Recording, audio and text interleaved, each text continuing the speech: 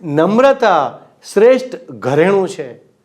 ઈસુ ખ્રિસ્ત નમ્ર બન્યા, દાસનું રૂપ ધારણ કર્યું, ગુરુજી હોવા છતાં શિષ્યોના પગ ધોયા. શું તમે તેમના નમૂનાને અનુસરશો?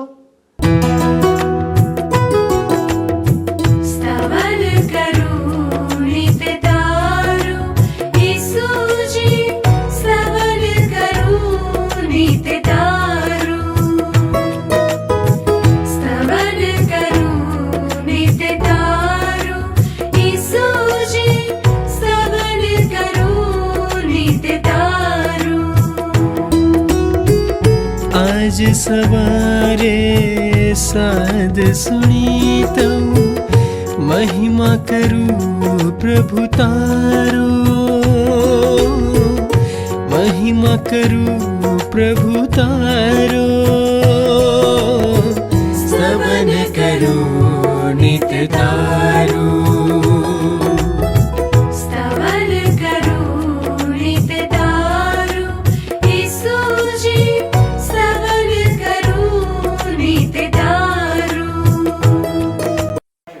વહાલા દર્શક મિત્રો, સ્તવન કાર્યક્રમમાં હું ફરી એકવાર આપનો આવકાર કરું છું. ખાસ કરીને એવા દર્શકોનો આવકાર કરું છું જેઓ પ્રથમવાર આ કાર્યક્રમમાં જોડાયા છે. મને પૂરો વિશ્વાસ છે કે પ્રભુના સત્ય વચનો જાણીને તમે આત્મિક, માનસિક અને સાંસારિક સ્વતંત્રતાનો અનુભવ કરી રહ્યા છો. સત્યને જાણવા દ્વારા આપણે સત્ય ઉપર વિશ્વાસ કરી શકીશું. પવિત્ર પુસ્તક બાઇબલમાં યોહાનની લખેલી સુવાર્તાના 14મા અધ્યાયની 6ઠી કલમમાં પ્રભુ ઈસુએ કહ્યું કે માર્ગ, સત્ય તથા જીવન હું છું. મારા આશ્રય વિના બાપની પાસે કોઈ આવતું નથી. પ્રભુ ઈસુને જાણવા એટલે સત્યને જાણવા.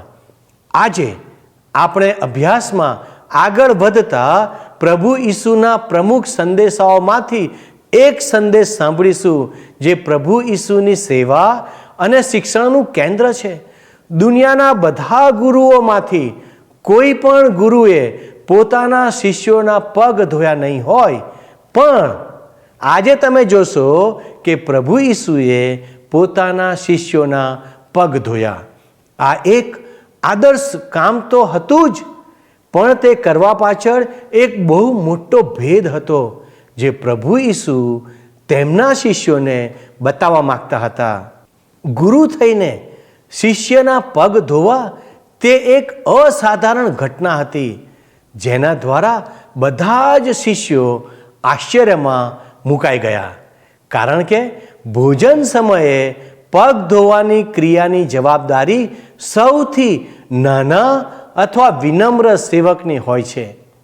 પ્રભુ ઈસુએ ફક્ત નમ્રતા, દીનતા કે પોતાને નાના બનાવવાનો પાઠ ન શીખવાડ્યો, પણ એમ નહીં, પણ દુનિયાના બધા જ લોકોને એ પણ શીખવાડ્યું કે જે પોતાને ગુરુ માને છે તેમણે આ પ્રમાણે કરવું જોઈએ. એ તેમણે આ ઉદાહરણ દ્વારા પ્રગટ કરીને બતાવ્યું.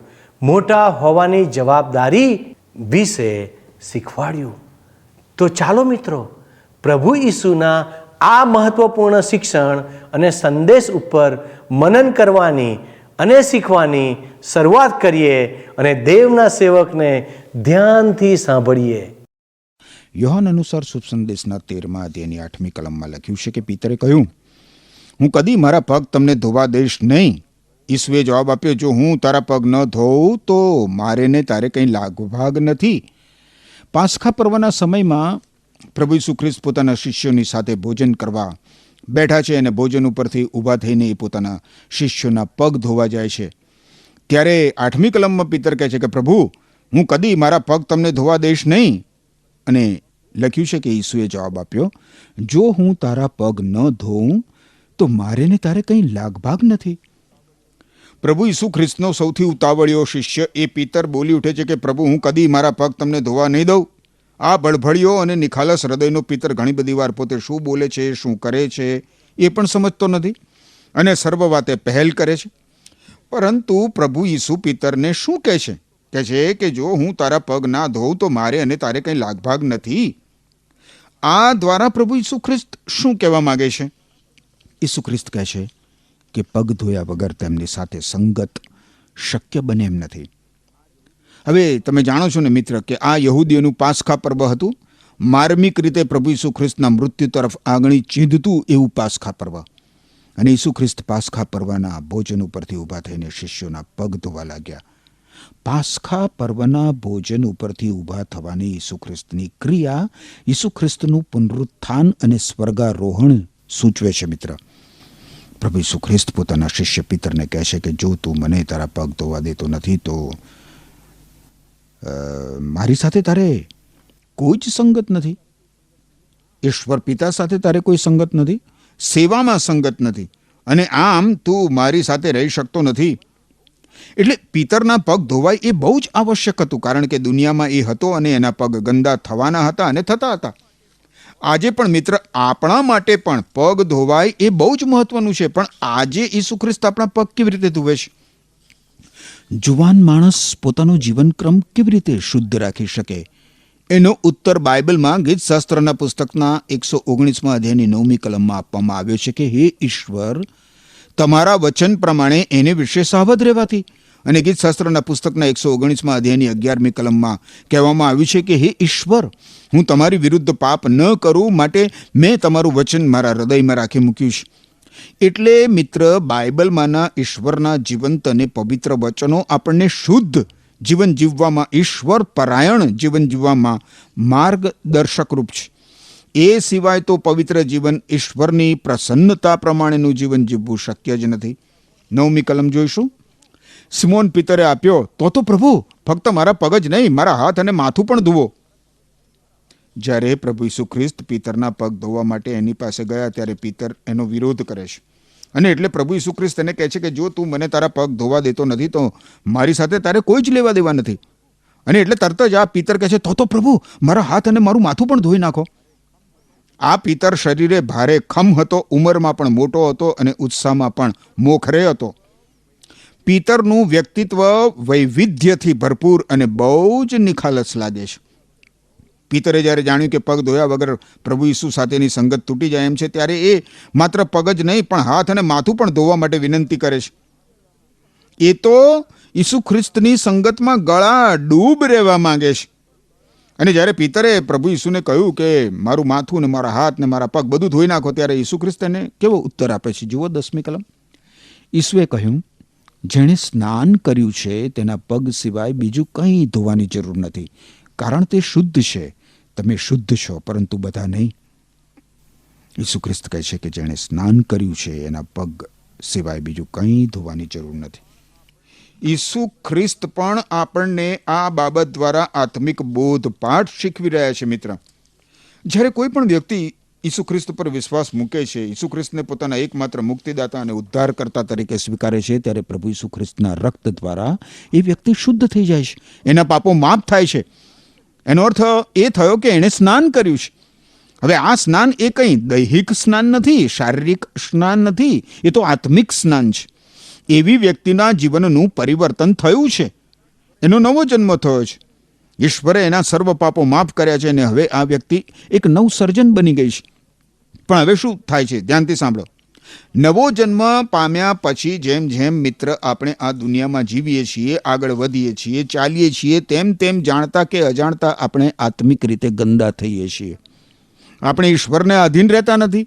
ઈશ્વરના વચન પ્રમાણે નહીં, પણ ઘણી બધી વાર દુનિયાના ધારાધોરણો પ્રમાણે આપણે જીવવાનો પ્રયત્ન કર્યા કરીએ છીએ.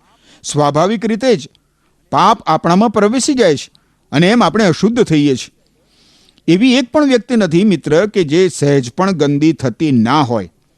ઈસુ ખ્રિસ્ત ઉપર વિશ્વાસ કર્યા બાદ પણ વચન, વાણી, વર્તનમાં પણ એ પાપ કરી બેસે છે. એના પાપોની એને માફી મળી છે, એણે નવો જન્મનો અનુભવ કર્યો છે, તો પણ. તો પછી હવે શું કરવું? શું પાપમાં જ પડ્યા રહેવું? શું હવે વધારે ગંદા જ થયા કરવું? જો આપણે પાપમાં રહેવાનું, પાપમાં પડ્યા જ રહેવાનું ચાલુ રાખીએ તો મિત્ર આપણને ઈશ્વરની સાથે કોઈ જ સંગત નથી. ઈશ્વરની સાથે પુનઃ સ્થાપિત થવા માટે આપણા પાપને લીધે તૂટી ગયેલી સંગત તાજી થાય એટલા માટે આપણા પગ ધોવાય એ જરૂરી છે. 11મી કલમ જુઓ. ઈસુને ખબર હતી કે કોણ તેમને પકડાવી દેવાના છે, તેથી જ તેમણે કહ્યું હતું, તમે બધા શુદ્ધ નથી. તમે શુદ્ધ છો પણ બધા નહીં. યહૂદા ઇસ્કારિયોતમાં શૈતાન પેઠો હતો. પ્રભુ ઈસુ ખ્રિસ્તનો એક શિષ્ય જેનું નામ યહૂદા ઇસ્કારિયોત હતું, એનામાં શૈતાન પેઠો હતો. એણે જાણી જોઈને ચોરીનું, કપટનું અને પ્રભુ ઈસુ ખ્રિસ્તને વેચી કાઢવાનું કાવતરું કર્યું હતું. પ્રત્યેક વૃક્ષ એના ફળથી ઓળખાય છે.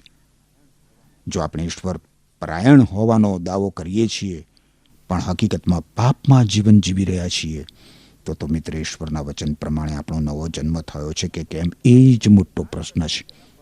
જેણે સ્નાન કર્યું છે તેના પગ ધોવાની જરૂર છે, પણ જેણે સ્નાન જ કર્યું નથી, એના પગ ગંદા છે, એની પણ એને પડી નથી.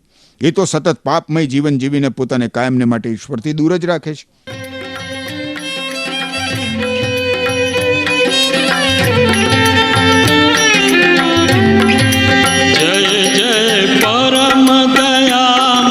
स्वामी स्मारक गान करो रे.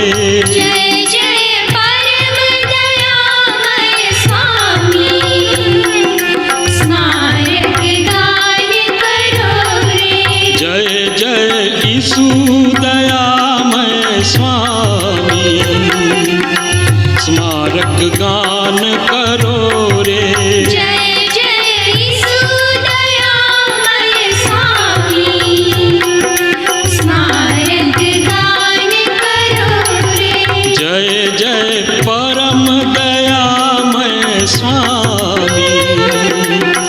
स्मारक गान करो रे.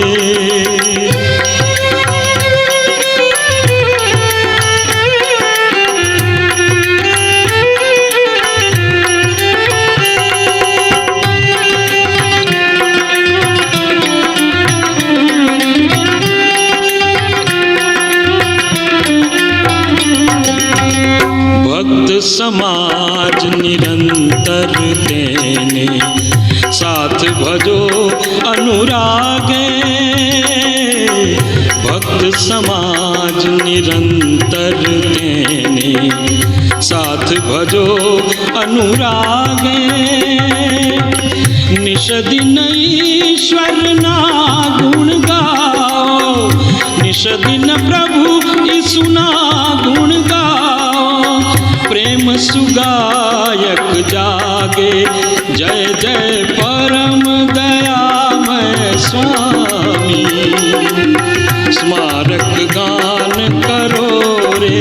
जय जय परम दयामय स्वामी स्मारक गान करो रे. जय जय ईसु दयामय स्वामी स्मारक गान करो रे.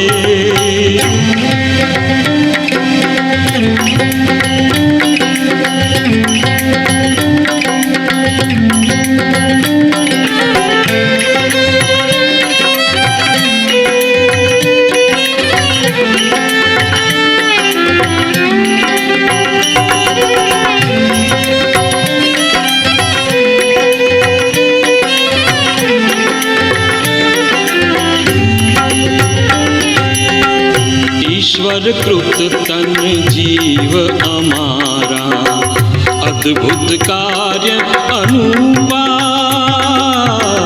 ईश्वर कृत तन जीव हमारा अद्भुत कार्य अनुपा. जीवन दाता शुभ प्रतिपाला, जीवन दाता शुभ प्रतिपाला. धन्य दयामय भूपा.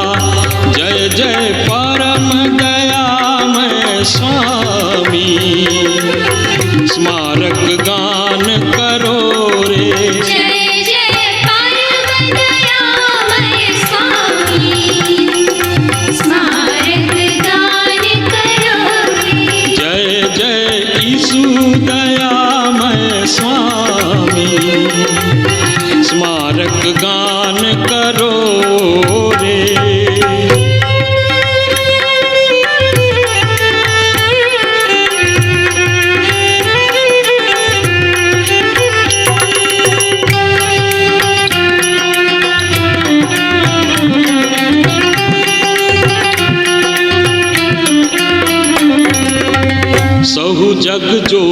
करे तुझ सेवा शुभ शुभ साध उठावी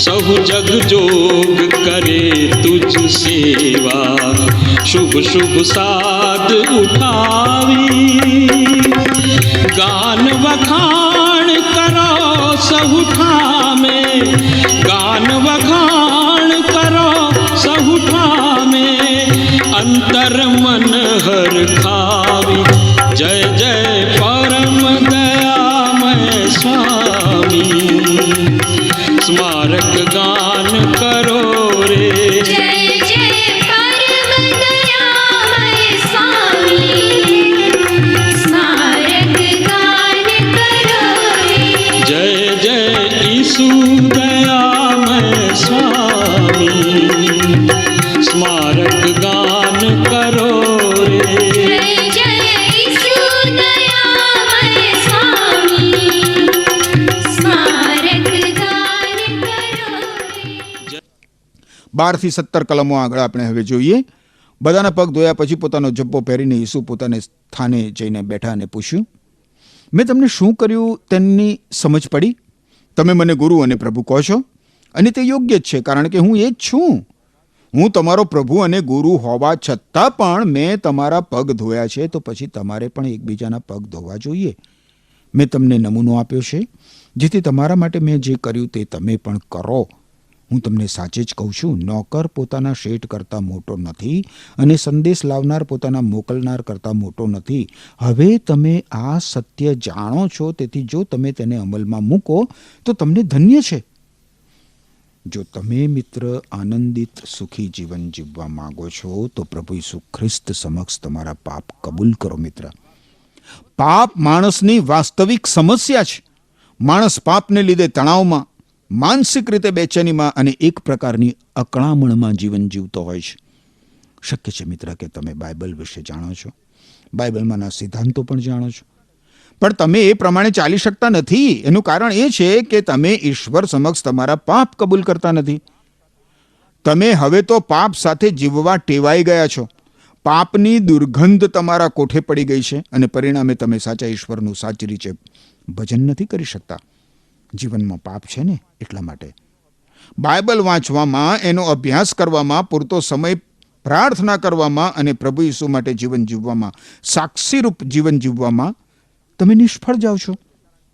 એ આનંદ ચાલ્યો ગયો છે, કારણ કે ઈશ્વર સાથેની સંગત તૂટી ગઈ છે. પાપ કર્યા વગર કોઈ જીવતું નથી મિત્ર. પણ એનો અર્થ એવો નથી કે આપણે પાપમાં જ પડ્યા રહીએ. ના ના ના ના ના. હતાશ, નિરાશ, આશા ભંગ થયા વગર પાપ કબૂલ કરીને ઊભા થવાની, આગળ વધવાની આપણે જરૂર હોય છે. અને તો જ મિત્ર, તો જ આપણે પ્રભુ ઈસુ ખ્રિસ્ત સાથેની સંગતમાં આગળ વધી શકીએ. પાપને તમારી અને ઈશ્વરની વચમાં રાખી મૂકશો નહીં, પણ ઈશ્વર સમક્ષ એ કબૂલ કરીને એને ફેંકી દો. 18મી કલમ શું કહે છે? હું તમારા બધાના વિશે આ કહેતો નથી. જેમને મેં પસંદ કર્યા છે તેઓને હું ઓળખું છું, પણ જેણે મારું ખાધું છે તે જ મારું ખોદવા બેઠો છે. એવું ધર્મશાસ્ત્ર જે કહે છે તે સાચું પડવું જ જોઈએ. પ્રભુ ઈસુ ખ્રિસ્ત પોતાના કહેવામાં બહુ જ કાળજી રાખે છે. ઈસુ ખ્રિસ્ત 12 શિષ્યોને આ કહેતા નથી, માત્ર 11 શિષ્યોને જ કહે છે. કેમ 11 શિષ્યોને અને 12ને નહીં? કારણ કે આ શિષ્યોમાંનો એક શૈતાન હતો, પૈસાનો ચોર હતો, દગાબાજ હતો, કપટી હતો. 10મી કલમમાં પ્રભુ કહે છે તમારામાં બધા શુદ્ધ નથી. અને હવે 18મી કલમમાં પ્રભુ ઈસુ ખ્રિસ્ત કહે છે કે હું તમારા બધાના વિશે કહેતો નથી. યહૂદા ઇશ્કારિયોત નામનો શિષ્ય પ્રભુ ઈસુ ખ્રિસ્તના કહેવા પ્રમાણે કરી શકે એમ હતો જ નહીં, કારણ કે એ પ્રભુને આધીન થતો જ નહોતો. એ તો પ્રભુને પ્રેમ પણ કરતો નહોતો, માત્ર પૈસાને પ્રેમ કરતો હતો અને એ તો શૈતાનને આધીન થઈ ગયો હતો. ઈશ્વરના નામે અને ઈશ્વરના કામે એ માત્ર પૈસાની ગુલામી કરતો હતો. યહૂદા પ્રભુ ઈસુ ખ્રિસ્તને આધીન થયો નહીં, કારણ કે તેણે પ્રભુ ઈસુ ખ્રિસ્ત ઉપર વિશ્વાસ જ કર્યો નહોતો. ઈસુ ખ્રિસ્ત ઈશ્વરના પુત્ર હતા, મનુષ્યના અજોડ ઉદ્ધારક હતા, એવો વિશ્વાસ યહૂદાએ કર્યો જ નહોતો. પ્રભુ ઈસુ પ્રભુ અને ગુરુ હતા, પણ યહૂદાએ તો પ્રભુને પ્રભુ તરીકે, પોતાના જીવનના સ્વામી કે માલિક તરીકે સ્વીકાર્યા જ નહોતા. એણે પ્રભુ ઈસુ ખ્રિસ્તને ગુરુ તરીકે પણ માન્ય રાખ્યા નહોતા ને મિત્ર. જો એવું જ હોત, એણે માન્ય રાખ્યા હોત પ્રભુ ઈસુ ખ્રિસ્તને, તો એણે પોતાના ગુરુના કહેવા પ્રમાણે કર્યું પણ હોત. એટલે મિત્ર, વિશ્વાસ અને આધીનતા સાથે સાથે જાય છે, સિક્કાની બે બાજુ. આધીનતા વગરનો વિશ્વાસ બિલકુલ નિરર્થક છે. તારણ સાધક જીવંત વિશ્વાસ યહૂદામાં નહોતો. પણ તમે જુઓ, આવા યહૂદાના પગ પણ પ્રભુ ઈસુ ખ્રિસ્ત ધુવે છે. શા માટે? જેથી યહૂદા પોતાના પાપને કબૂલ કરે, પ્રભુ ઈસુ આગળ નમ્ર બની જાય. એણે પ્રભુ ઈસુને પોતાના પગ તો ધોવા દીધા, પણ એણે સ્નાન કર્યું જ નહોતું. એણે બહુ જ સભાનતાપૂર્વક પાપમાં જ જીવન જીવવાનું ચાલુ રાખવાનું પસંદ કર્યું, ઈશ્વરથી દૂર રહેવાનું પસંદ કર્યું. વાલા મિત્ર, પ્રભુ ઈસુ ખ્રિસ્ત આપણા સર્વ પાપો માફ કરવા માટે આ દુનિયામાં પ્રાયશ્ચિતનું બલિદાન બની ગયા. ઈસુ ખ્રિસ્તના બલિદાનથી જ આપણે ઈશ્વર સમક્ષ ઊભા રહી શકીએ છીએ. આપણે જ્યારે પ્રભુ ઈસુ ખ્રિસ્ત પર વિશ્વાસ કરીએ છીએ ત્યારે આપણે પ્રભુ ઈસુમાં સંગત પ્રાપ્ત કરીએ છીએ, અને એ પછી આપણું શુદ્ધિકરણ થતું રહે એ બહુ જરૂરી હોય છે. આપણું રોજિંદુ જીવન નૈતિક રીતે શુદ્ધ ચોખ્ખું રહે, એટલા માટે સતત પાપ કબૂલાત કરવાની આવશ્યકતા હોય છે જ ઈશ્વર સમક્ષ.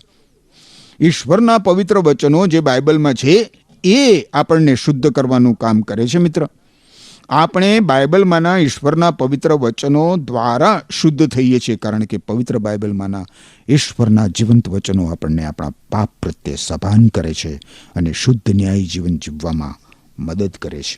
હવે 19મી કલમ જુઓ. યોહાન અનુસાર શુભ સંદેશ 13મો અધ્યાય 19મી કલમ. એવું બને તે પહેલાં હું તમને આ જણાવું છું, જેથી તમે બને ત્યારે વિશ્વાસ કરો કે હું તે જ છું. પ્રભુ ઈસુ ખ્રિસ્ત પોતાના શિષ્યોને આ પ્રમાણે કહે છે. જે કંઈ બનવાનું છે એ પોતાના શિષ્યોને ઈસુ ખ્રિસ્ત કહે છે. શું બનવાનું છે?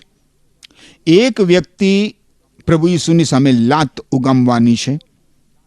એ દગાખોર છે, એ દગો કરશે, અને ત્યારે કોઈને આંચકો લાગે નહીં કે અરે રે, પ્રભુ તો જાણતા જ નહોતા કે આવું થશે. ના ના ના ના, પ્રભુ તો પોતે જ બધું જાણતા હતા અને પોતે જ બધું શિષ્યોને જણાવતા હતા.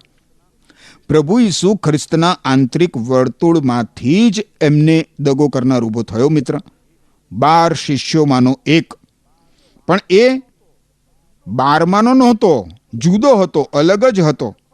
એ 12માનો ગણાયો ખરો, પણ એ 12મો અંક ના બન્યો. 20મી કલમ જુઓ. ઈસુ ખ્રિસ્ત કહે છે, હું તમને સાચે જ કહું છું, હું જેને મોકલું છું તેનો જે સ્વીકાર કરે છે તે મારો સ્વીકાર કરે છે, અને જે કોઈ મારો સ્વીકાર કરે છે તે મને મોકલનારનો પણ સ્વીકાર કરે છે. ઈસુ ખ્રિસ્ત અહીંયા પોતાની વાતને ધ્યાનથી સાંભળવા માટે સાચે જ શબ્દ વાપરે છે.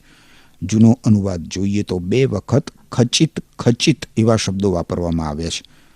બહુ જ ધ્યાનથી સાંભળવાની અને સમજવાની જરૂર પ્રત્યે આ શબ્દો વાપરીને પ્રભુ ઈસુ ખ્રિસ્ત આપણું ધ્યાન ખેંચે છે. અને પ્રભુ ઈસુ ખ્રિસ્ત અહીંયા કહે છે કે યહૂદા પણ બીજા 11 શિષ્યોની સાથે ઈશ્વરના રાજ્યના શુભ સંદેશને પ્રગટ કરવા ગયો હતો. એણે ઈશ્વરના અદ્ભુત કાર્યો પોતાની આંખો વડે જોયા હતા અને ઈશ્વરના વચનો પોતાના કાનો વડે સાંભળ્યા હતા. અરે, એણે જાતે ઈશ્વરના વચનો પ્રગટ કર્યા અને બીમાર લોકોને સાજા પણ કર્યા. ઈસુ ખ્રિસ્ત કહે છે કે હું જેને મોકલું છું તેનો જે સ્વીકાર કરે છે તે મારો સ્વીકાર કરે છે. કોઈ પણ વ્યક્તિ મિત્ર સંદેશવાહકના વિશ્વાસ વડે કે સાજાપણાની પ્રાર્થના કરનારના વિશ્વાસ વડે ઉદ્ધાર પામતું નથી. ઈસુ ખ્રિસ્ત ઉપર જાતે વિશ્વાસ કરવાથી અને ઈસુ ખ્રિસ્તનો શુભ સંદેશ સાંભળવાથી મનુષ્યનો ઉદ્ધાર થાય છે, એના દુષ્કર્મોના બંધનોમાંથી, એના પાપોની શિક્ષામાંથી. આજે મિત્ર, તમે ઈશ્વરના જીવંત અને પવિત્ર વચનો સાંભળી રહ્યા છો. એ તમારા હૃદયમાં કાર્ય કરે છે અને તમે પ્રભુ ઈસુ ખ્રિસ્ત ઉપર વિશ્વાસ કરો છો, એટલા માટે તમે ઉદ્ધાર પામો છો. વચનને પ્રગટ કરનાર, સંદેશો આપનાર, શુભ સંદેશને પ્રગટ કરનાર વ્યક્તિ મહત્વની નથી. બાઇબલ ઈશ્વર પુત્ર પ્રભુ ઈસુ ખ્રિસ્ત વિશે જણાવે છે. બાઇબલ આપણને આપણા ઉદ્ધાર વિશે, આપણા પાપોની ક્ષમા વિશે જણાવે છે. હવે એ શક્ય છે કે સંદેશો પ્રગટ કરનાર વ્યક્તિ ઈશ્વર વગરની રહી જાય, ઈશ્વરથી દૂર રહે, પણ એને સાંભળનાર વ્યક્તિ ઈસુ ખ્રિસ્ત પર વિશ્વાસ મૂકે. વાલા મિત્ર, સ્વર્ગીય આશીર્વાદો સ્વર્ગીય વાનાઓનું અનુભવ કરનાર વ્યક્તિ પણ જો પાપ કરવાનું ધારે ને તો એ પાપ કરી બેસે છે. યહૂદા એવું જ પાત્ર છે જેણે પ્રભુના નામે અને પ્રભુના કામે શૈતાનની ભક્તિ કરી. પ્રભુ ઈસુ આપણને આમાંથી બચાવે છે જો આપણે પિતરની જેમ પ્રભુ ઈસુને વળગી પડીએ તો. તમારા માટે મિત્ર, મારા હૃદયની એ જ પ્રાર્થના છે કે જો હજી પણ તમે પ્રભુથી દૂર છો તો આજે જ ઈસુ ખ્રિસ્તને દોડી જઈને વળગી પડો. ઈસુ ખ્રિસ્તને તમારા વ્યક્તિગત મુક્તિદાતા તરીકે સ્વીકારી લો. આમેન. પ્રિય મિત્રો, શું તમે શિષ્યોના પગ ધોવાની ક્રિયાના વાસ્તવિક અર્થને સમજ્યા છો? યોહાન અનુસાર શુભ સંદેશના 13મા અધ્યાયની 8મી કલમમાં પ્રભુ ઈસુ પિતરને કહે છે, જો હું તને ન ધોઉં તો મારી સાથે તારો કંઈ લાગભાગ નથી. એક ગુરુનું કાર્ય શિષ્યોના પગ ધોવાનું છે. જે વ્યક્તિ શુદ્ધ છે તે જ અશુદ્ધને શુદ્ધ કરી શકે છે. પ્રભુ ઈસુ આપણા પાપોને ધોઈને શુદ્ધ કરી શકે છે, કારણ કે તે શુદ્ધ અને પવિત્ર છે. આજે એ વાત પણ આપણે શીખ્યા કે જો પ્રભુ ઈસુ આપણને ના ધોએ તો આપણો તેમની સાથે કોઈ લાગભાગ નથી. બીજા શબ્દોમાં કહીએ તો જો પ્રભુ ઈસુ આપણને પવિત્ર ન કરે તો ઈશ્વર સાથે આપણો કોઈ સંબંધ નથી. આપણી શુદ્ધતા પ્રભુ ઈસુ ઉપર નિર્ભર છે. મિત્રો, આપણા માટે બહુ જ આવશ્યક છે કે આપણને પ્રભુ ઈસુના વચનો દ્વારા શુદ્ધ કરવામાં આવ્યા છે. યોહાન 15:3 તે લખવામાં આવ્યું છે, જ્યારે આપણે આપણા પાપોનો સ્વીકાર કરી લઈએ છીએ ત્યારે ઈશ્વર આપણને પવિત્ર કરે છે અને તે જ સાચો પસ્તાવો છે. એક વિશ્વાસી જો પાપમાં પડી જાય તો ઈશ્વરના વચનોના આધારે ઈશ્વર પાસેથી માફી મેળવી શકે છે. આપણે જોયું કે પ્રભુ ઈસુ પોતાનો જવાનો સમય આવી ગયો છે તે જાણી લે છે અને તે આ જગતને છોડીને જવાના છે. છતાં પણ તે બીજાઓ માટે એક સમાન પ્રેમ રાખે છે. તેમના પ્રેમમાં કોઈ જ પરિવર્તન નથી આવતું. ઈશ્વર પિતા અને પ્રભુ ઈસુનો આ જ પ્રેમ છે જે પરિસ્થિતિઓ ઉપર નિર્ભર નથી કરતો. જ્યારે મનુષ્યનો પ્રેમ તેમના સ્વભાવ અનુસાર બદલાતો રહે છે. ક્યારેક તે બહુ પ્રેમ કરે છે તો ક્યારેક ધિક્કાર કરે છે. પ્રભુ ઈસુનો પ્રેમ આવો નથી. ઈશ્વર એવું ઈચ્છે છે કે આપણો પ્રેમ પણ પરિસ્થિતિઓ ઉપર નિર્ભર ના હોય, પણ એક સમાન હોય. જેવો આદર્શ પ્રેમ પ્રભુ ઈસુએ કર્યો તેમના જેવો જ હોય. મિત્રો, તો આવો આપણે આજે એવું જ જીવન જીવવાની પ્રતિજ્ઞા કરીએ અને આપણું સમર્પણ કરીએ કે આપણે પ્રભુ ઈસુ જેવો પ્રેમ કરનાર બની શકીએ. ઈશ્વર એ પ્રમાણે કરવા તમને મદદ કરો. આમેન. શું તમને આ કાર્યક્રમ ગમ્યો? અત્યારે જ અમને મિસ કોલ કરો.